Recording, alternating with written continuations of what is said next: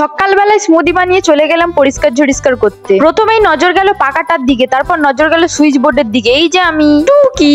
তারপরে দেখি সাদা দেয়ালে লাল লাল সিঁদুরের দাগ। এই আমার মার কাজ ছাড়া আর কারোরই নয়। শুধু কাজ করলে হবে, খেতেও তো হবে। তাই পাউরুটিটা ডিম টোস্ট বানিয়ে খেয়ে নিলাম। নিজে বানিয়েছে বলে বলবো না, খেতে হয়েছিল সত্যি অসম্ভব বাজে। খাওয়ার পরে মেঝেটাও পরিষ্কার করে নিলাম। এই দেখো কুটুস কি করছে। খাওয়া দাওয়ার পরে আমি একটু চলে গিয়েছিলাম হাটে। গিয়ে দেখি সব দোকান একসঙ্গে বন্ধ।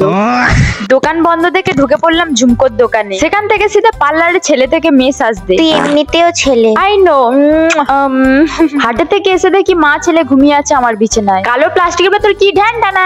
আর সঙ্গে ঝুমকো দুটোও কিনে ফেলেছি। দাদা এনেছিল রাখির জন্য চকলেট, কিন্তু দেখতে পেয়ে বায়না করছি। আই মিন খাবো বলে। আমি এখানে গরিব মানুষ, দুটো 5 স্টার এনেছি, চলো ফ্রিজে রেখে দিয়া যাক। চলে এসো পরের দিন। আজ ছিল রাখি পূর্ণিমার দিন। জানি না কে রেখে গিয়েছে এই অটোটা, কিন্তু বসে বসে বেশ মজা নিচ্ছি। অমনি চলে এলো যজ্ঞ দাদা ব্রাশ করতে করতে। এখানে ময়না গাবার পিছন না চিনেছি মুরগি ডান্স করছে। আমি এরকম করার ফলে আমাকে তো উত্তম মধ্যম দিয়ে চলে এলো আমার ঘরে সোজা সোজা। এসেই ফ্রিজ খুলে দেখে নিল খাবার দাবার আছে নাকি। তারপর দিদিরা পরিয়ে দিল দাদাকে রাখি। রাখি কে বাদ মুঁহ মিঠা তো বানতা হয়। ঘন্টু এখানে সন্দেশটার দিকে তাকাচ্ছে, আর একজন আবার আইসক্রিম কাটিং করছে। আইসক্রিমটাকে মেল্ট করে আবার দই বানাচ্ছে।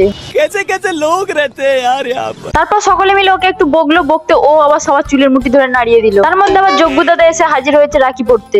টাকটা দেখেছো, পুরো যেন পাকা বে। আমার দেখা দেখি ময়নাকো টাক বাজাতে শুরু করেছে। তারপর যজ্ঞ দাদা দিদির হাতে রাখি পরে নিল। সবার রাখি পরানো হচ্ছে, আর পুচকিকে রাখি পরানো হবে না তাই কখনো হয়? তাই রাখি পরানোর শেষে এক টেনে অন্য হাতে, আর একজন ফের মারকে হেলান দিয়ে বসে আছে। সবার শেষে আমার পালা রাখি পরানোর। আমি এখানে রাখিটা বেঁধে দিচ্ছি যজ্ঞ দাদার হাতে। দাদা হয় কিন্তু জীবনে না গড় করাতে সেও লজ্জা পেয়ে গেল, আর আমিও। এতবার মার খেয়ে হয়নি, ফের উঠেছে মার খেতে। আর টাকটাকে সমানে আইসক্রিমের মতো চেটে যাচ্ছে। সেই দেখে সবাই হেসে হেসে গোড়ানুটি খাচ্ছে। সব কীর্তি শেষ হলে রাখি পূর্ণিমায় পাওয়া চকলেটটাকে আমি সাটিয়ে দিই। তারপর একটুখানি শিরনি আর কাটা ফল খেয়ে মনটাকে একটু শান্ত করে নিলাম।